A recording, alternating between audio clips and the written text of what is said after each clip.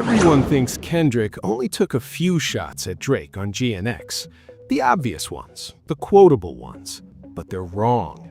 There are over 50 disses hidden in plain sight, and almost nobody caught them until now. This changes everything you thought you knew about this album. Everybody thought they knew the full story.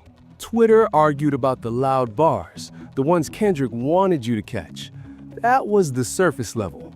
But if you slow the album down and actually follow the breadcrumbs, there's a whole second layer nobody's talking about. The word choices, the callbacks, the timing, even the way Kendrick repeats certain phrases like he's daring you to connect the dots. This video breaks down every single one, from the direct shots to the subliminal burials. By the end, you'll know which lines are weapons and which ones Kendrick buried so deep that the internet missed them completely. Let's start with the title, because the title is the first diss. GNX isn't random, it's the Buick Grand National GNX, a legendary muscle car from 1987, which is also Kendrick's birth year. Now think about it. Kendrick is using this car's name as a symbol of power, speed, and dominance in hip-hop. He's saying he's always been ahead, always been above Drake. That's intentional, that's calculated. The whole album is built on that foundation. Now, let's jump into Whacked Out Muros, because this track acts like a protest song. Kendrick starts with the line, "Yesterday somebody whacked out my mural." He's referencing a real incident from September 8th, when Drake fans defaced a mural of Kendrick Lamar in Compton. That energy will make you move to Europe. He's saying the aggression here, the intensity, will make his opponent, Drake, run off to Europe. That's not just a bar, that's a threat wrapped in poetry. Next bar, "It used to be that, but now it's plural. Everybody that's on my body." Kendrick is saying this isn't just about one guy anymore. That word plural is key. He's talking to everyone who stood next to Drake, protected him, laughed with him, or stayed neutral while the shots were flying. He's putting everyone on notice, not just the king, the whole kingdom. Then he explains how that world moves.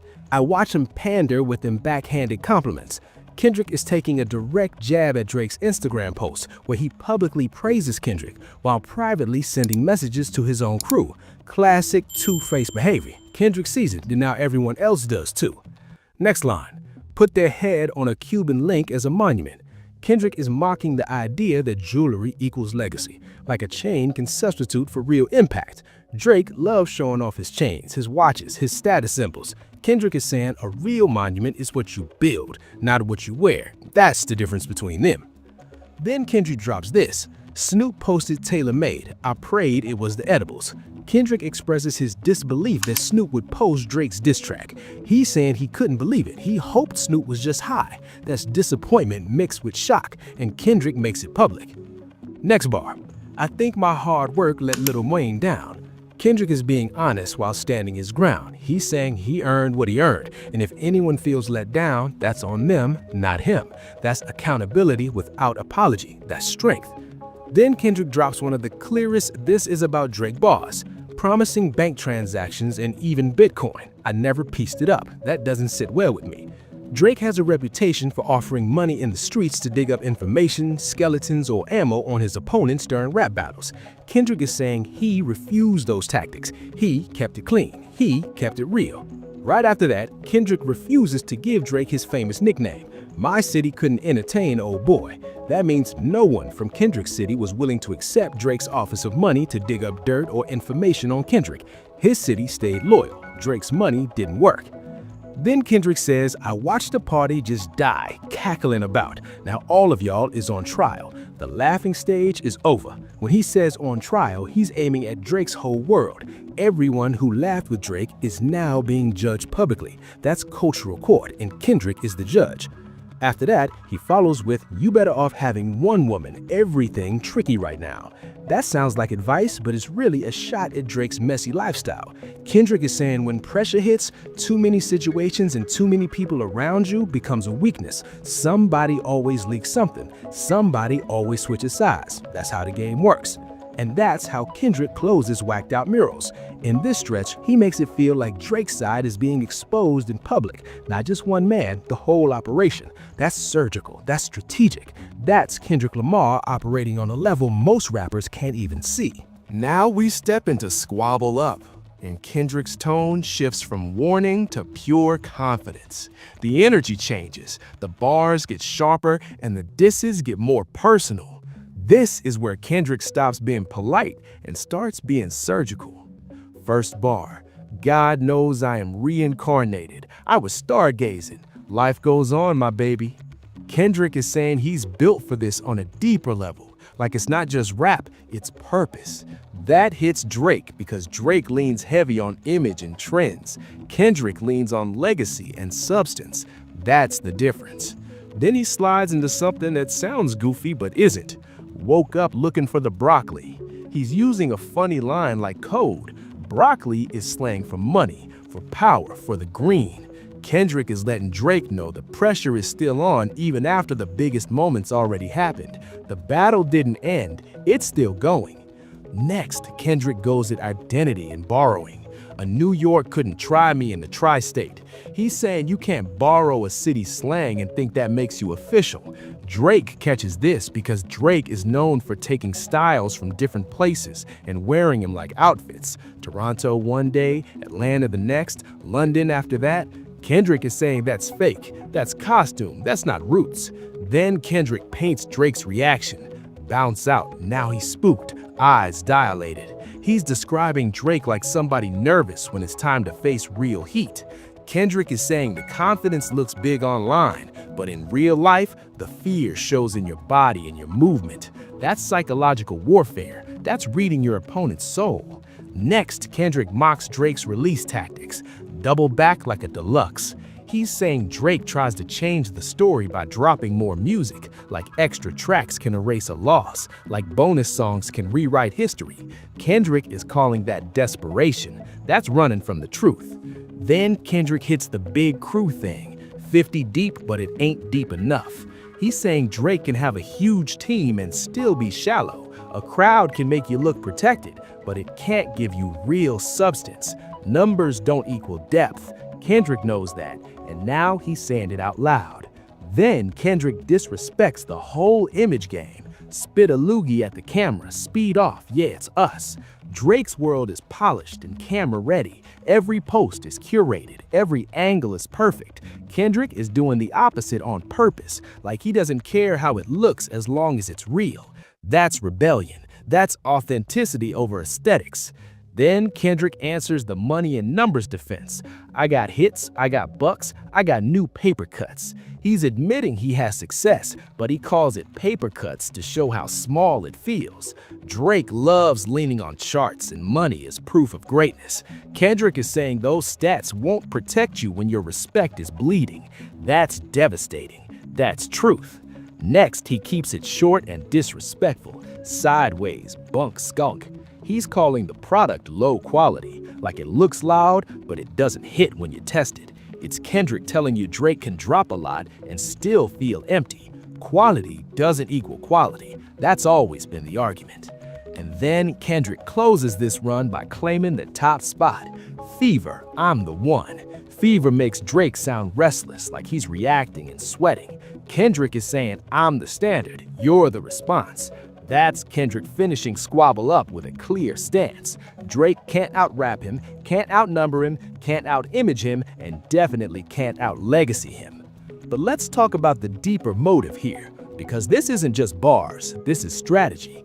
Kendrick watched Drake build an empire on borrowed culture, ghostwriters, and strategic cosigns. He watched Drake play the game differently, not by earning respect from the ground up, but by buying it, borrowing it, leasing it. And for years, Kendrick stayed quiet. He let it slide. He focused on his own craft. But GNX is different. This album is Kendrick saying enough. This album is Kendrick drawing the line in the sand and saying you don't get to rewrite hip-hop history. You don't get to call yourself the greatest when your foundation is built on other people's work. That's what this is really about. That's the motive. That's the mission. And every bar on this album serves that purpose. But here's the part that really hits different. The part that makes this feel personal. The part that makes you realize this isn't just competition. This is culture. This is legacy. This is respect. Kendrick isn't just battling Drake. He's battling the idea that you can skip the struggle and still claim the throne. He's battling the idea that money and streams equal greatness. He's battling the idea that you can be the face of hip-hop without putting in the work. And that hits hard. Because it's not just about two rappers, it's about what hip-hop stands for. Think about it. Kendrick grew up in Compton. He watched his friends die. He watched his community suffer. He watched the streets shape him. And he turned that pain into poetry. He turned that trauma into truth. He didn't run from it. He didn't hide it. He didn't polish it for the cameras. He gave it to us raw. That's what makes Kendrick different. That's what makes him dangerous. Drake, on the other hand, grew up in Canada. He had a TV show, he had a platform, he had opportunities most rappers never get. And there's nothing wrong with that. But when you grow up with privilege and then try to act like you came from the bottom, people notice. When you borrow slang from cities you didn't grow up in, people notice. When you switch accents depending on who you're collaborating with, people notice. And Kendrick noticed. He noticed everything. And now he's making sure we notice too. This emotional layer is what makes GNX more than just a diss album. It's a statement. It's a reminder. It's a wake-up call to everyone who thought Drake's version of hip-hop was the only version. Kendrick is saying no. There's another way. There's a harder way. There's a realer way. And that way still matters. The pain in Kendrick's voice when he talks about his city, the pride when he talks about his legacy, the anger when he talks about disrespect, that's not performance. That's real. And you can feel it in every bar. You can feel it in every pause. You can feel it in every word he chooses to say and every word he chooses to leave out. This isn't just rap beef. This is cultural warfare. And Kendrick is fighting for something bigger than himself. He's fighting for the artists who came before him. He's fighting for the artists who will come after him. He's fighting for the integrity of the culture. And that's why this matters. That's why GNX matters. That's why every single diss on this album matters. Now let's move to Hey Now, where Kendrick gets even colder. The temperature drops, the bars get icier, and the enforcement begins. This is where Kendrick stops explaining and starts executing. First bar. The Black Noah, I just strangled me a goat. Kendrick is saying he killed the goat myth that Drake keeps wearing like a crown. Calling himself Noah makes it feel like Kendrick is saving the culture from a flood, and Drake is the flood. That's biblical. That's powerful. That's imagery you can't forget. Then he contrasts real ties with fake ties. Send the kites to all my dirties in the pen. Kendrick is saying his connections are real even when it doesn't look cool. He's implying Drake's relationships are often for business or for appearance. Kendrick's people are loyal because they're real. Drake's people are loyal because they're paid. That's the difference. Next, he talks about Drake's meltdown energy. You crash out, then you better break the backboard. Kendrick is mocking how Drake spirals when he loses control of the story. He's saying if you're gonna lose it, at least make it memorable. At least make it worth something. But Drake's crashes feel empty. They feel desperate. They feel performative. Then Kendrick laughs at Drake's mastermind persona. You know, the last one figured he was Magneto. He's saying Drake acts like a villain who can control everything. Kendrick is calling that fantasy, like Drake is performing power while losing the real fight. Like he's pretending to be the mastermind while Kendrick is actually pulling the strings. Then Kendrick drops the cold flex. I put a square on his back like I'm Jack Dorsey. He's using square like Cash App energy. Like he tagged Drake and cashed him out. He's basically saying Drake got handled like a transaction, like he's not even a threat. He's just a target. And Kendrick hit the target. Right after, Kendrick turns it into a discipline talk. We got the same 24, what you mad for? He's saying both men get the same 24 hours, so excuses don't matter. Kendrick uses his time for craft and legacy. Drake uses his time for optics and control. One is building something permanent, the other is chasing something temporary. Then he goes at Drake's persona. You play God, you're gonna get what you ask for. Kendrick is calling Drake's God image arrogance. He's saying pride always comes with consequences, and nobody stays untouchable forever. Gravity always wins, and Kendrick is gravity. Then Kendrick explains why his presence hits harder. It's high beams if I make a public appearance. Kendrick is saying when he shows up, It blinds the room like headlights. That quietly disses Drake's constant visibility, because Kendrick is implying rarity creates power. Drake is everywhere all the time. Kendrick picks his moments, and when he shows up, it matters more. Then Kendrick takes a calm victory lap. Let the honorary walk for the win. He's saying the result is already decided and now it's just a ceremony. He refuses to sound excited, which makes it even more disrespectful, like this was never a fair fight, like the outcome was obvious from the start. Then Kendrick attacks the screen. Turn this TV off, turn this TV off. He is warning people not to confuse visibility with respect. He's also implying Drake is addicted to being watched. Drake needs the camera. Kendrick doesn't. That's independence. That's power. Then Kendrick pokes the bruise with one word: mustard. He's pulling Drake back to the moment that hurt publicly. It's a trigger word that makes the audience remember the loss without Kendrick even explaining it. That's psychological. That's brutal. That's next level. Then he closes the door. Alpha and Omega, welcome home. Alpha and Omega means beginning and end. Kendrick is saying he controls the full story. Welcome home sounds sarcastic, like Drake is being dragged back to reality, like he tried to escape but Kendrick brought him back. Then Kendrick makes the mission clear. This is a revelation, how to get a gone. Ain't arguing anymore. He's instructing. Kendrick is saying the culture is watching how a false king gets removed, step by step. This isn't a debate, this is a lesson. This is a manual. This is how you dismantle someone who doesn't belong on the throne. Then Kendrick circles back to money and power. Pay your bill and make you feel protected like I can. He's mocking the idea that paying for things makes you a leader or a protector. Money can buy comfort, but comfort isn't respect. Drake can buy loyalty. Kendrick earns it. That's the difference. That's always been the difference. And he ends the warning. Don't put your life in these weird hands. Kendrick isn't just calling that side corny, he's calling it unsafe. He's telling people Drake's circle is risky and unpredictable. That's a safety message. That's Kendrick looking out for the culture. That's leadership. Now, this whole situation gets even crazier when you realize how deep Kendrick planted these seeds. Because GNX didn't just drop out of nowhere. This album is the result of years of watching, years of studying, years of staying quiet while Drake built his empire. And now Kendrick is deconstructing that empire brick by brick, bar by bar, song by song. Let's talk about the broader context, because if you look at Kendrick's career, he's always been the quiet assassin. He doesn't do the Twitter rants, he doesn't do the Instagram live meltdowns, he doesn't do the public back and forth. He waits, he calculates, he builds, and then he strikes. That's what makes him terrifying. That's what makes him different.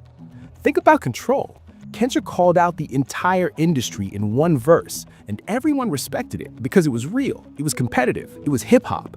But Drake's response wasn't to step up lyrically, it was to play politics, it was to build alliances, it was to control the narrative through influence instead of skill. And Kendrick saw that. He filed that away, and now years later, he's using that against him. Or think about the Pulitzer Prize. Kendrick became the first rapper to win a Pulitzer for Damn. That's not just an achievement, that's validation. That's proof that what Kendrick does transcends the genre. It's art, it's literature, it's culture. And Drake can't touch that. No amount of streams or chart positions or Billboard records can give you a Pulitzer. You have to earn that through substance, through depth, through truth. And that's what this battle is really about. It's about substance versus style. It's about legacy versus popularity.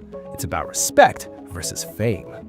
Drake has the fame, he has the numbers, he has the visibility, but Kendrick has the respect. He has the legacy, he has the culture, and in hip-hop, that's what matters most. Fans online have been dissecting GNX like it's a crime scene. They're slowing down tracks, analyzing every pause, every inflection, every ad-lib. They're comparing bars to old interviews, old tweets, old lyrics. They're building timelines, they're creating spreadsheets, they're turning into full-blown investigators. And what they're finding is that Kendrick didn't just diss Drake on this album, he built an entire case. He presented evidence, he called witnesses, he delivered a verdict. And Drake's response? Silence. at least for now. Because what can you say when someone dismantles you this thoroughly? What can you say when someone exposes every weakness, every contradiction, every fake move you've ever made? You can drop more music, sure, but that's just noise. That's just distraction. That's just trying to change the subject, and everyone sees through it. Meanwhile, Kendrick is calm. He's unbothered. He's at peace because he knows he did what he came to do. He said what needed to be said. He defended the culture. He protected the legacy. And now he's letting the album speak for itself. That's confidence. That's maturity. That's mastery. This story is bigger than just two rappers. It's about what we value as a culture. It's about what we celebrate. It's about what we protect. And Kendrick is reminding us that talent matters, that authenticity matters, that truth matters. And no amount of money or marketing or manipulation can replace that. What we're seeing here is a cultural reckoning. This isn't just Kendrick versus Drake. This is authenticity versus performance. This is substance versus surface. This is the old guard of hip-hop reminding the new generation what this culture was built on. Hip-hop was born in the Bronx. It was born in the struggle. It was born in the streets. It was born as a way for people who had nothing to say something, to be something, to create something out of nothing. And that spirit, that raw energy, that truth, that's what Kendrick represents. That's what he's fighting for. Drake represents something different. He represents the commercialization of hip-hop, the mainstreaming, the sanitization. And again, there's nothing wrong with success. There's nothing wrong with going mainstream. But when you go mainstream and forget where you came from, when you prioritize popularity over integrity, when you chase trends instead of setting them, that's when you lose respect. That's when you lose the culture. And the bigger conversation is about responsibility, because Drake has influence, he has power, he has a platform, and with that comes responsibility. When you constantly appropriate culture, when you borrow from cities and communities without giving back, when you treat collaboration like a transaction instead of a connection, you're not just building a brand, you're eroding trust, you're damaging the ecosystem, you're taking without giving. And eventually, people notice. Eventually, people push back. And that's what Kendrick is doing. He's pushing back. This is also a warning for anybody with a platform. The more you prioritize image over substance, the more you prioritize fame over respect, the more you prioritize numbers over legacy, the more you risk losing everything that actually matters. Because fame is temporary, numbers are temporary, trends are temporary, but legacy is forever, respect is forever. And once you lose those, you can't buy them back. You can't stream your way back. You can't chart your way back. You have to earn them. And that takes time. That takes work. That takes truth. Kendrick's situation is a wild example, but it's also a blueprint. It's a reminder that you can't fake longevity. You can't fake impact. You can't fake cultural significance. You have to build it. You have to earn it. You have to protect it. And when someone threatens it, you have to defend it. That's what GNX is. It's defense. It's protection. It's preservation. And the culture is watching. The culture is learning. The culture is remembering what real looks like. And now let's get into the final piece, Man at the Garden. Because this is where Kendrick delivers the kill shot. This is where he closes the case. This is where he leaves no doubt. The most famous bar is this: "Tell me why you think you deserve the greatest of all time." Kendrick is challenging Drake's GOAT claim directly. He's saying, don't just say it, prove it. Because Drake often leans on numbers as proof. He points to the charts, the streams, the sales. But Kendrick is saying that's not enough. That's never been enough. Greatness isn't measured in units sold. It's measured in impact, in influence, in legacy. Then he draws a hard line. Keep these away from me. This isn't negotiation. This is separation. Kendrick treats Drake's side like something that contaminates your space, like associating with that energy makes you complicit, like standing next to fake makes you fake too. That's powerful, that's decisive, that's final. Then he turns damage into art. More blood be spilling, it's just paint to me. Kendrick is saying every messy moment becomes permanent proof. Drake might try to hide damage, cover it up, spin it, reframe it, but Kendrick turns it into something you can't erase. He turns it into history. He turns it into art. He turns it into truth. Then he talks about mass. Flip a coin. You want the shameless me or the famous me? He's describing how fame can make you perform different versions of yourself. Drake catches this because he's known for switching personas depending on the room. He's the tough guy in one song, he's the lover boy in another, he's the street guy in one city, he's the pop star in another. Kendrick is saying that's not versatility, that's confusion, that's lack of identity, that's trying to be everything to everyone and ending up being nothing to anyone. Then Kendrick describes the fall. You fell out of heaven, didn't like authority. He's revising Drake as someone who couldn't handle limits or being told no. Kendrick is saying Drake wanted control so badly that he fought truth and accountability. He wanted to be the biggest without being the best. He wanted the crown without the burden. He wanted the title without the responsibility. And that's not how it works. That's not how it's ever worked. And that's the real GNX story. Not a few shots, not a few obvious bars, but a whole message, a complete narrative, a full dismantling. Kendrick didn't just respond to Drake. He documented him, he analyzed him, he exposed him, he archived him. And now the culture has the receipts. Now the culture has the truth. And once the truth is out, you can't put it back. You can't hide it. You can't spin it. You can only accept it. Stay locked in, because this story is far from over. More details are dropping.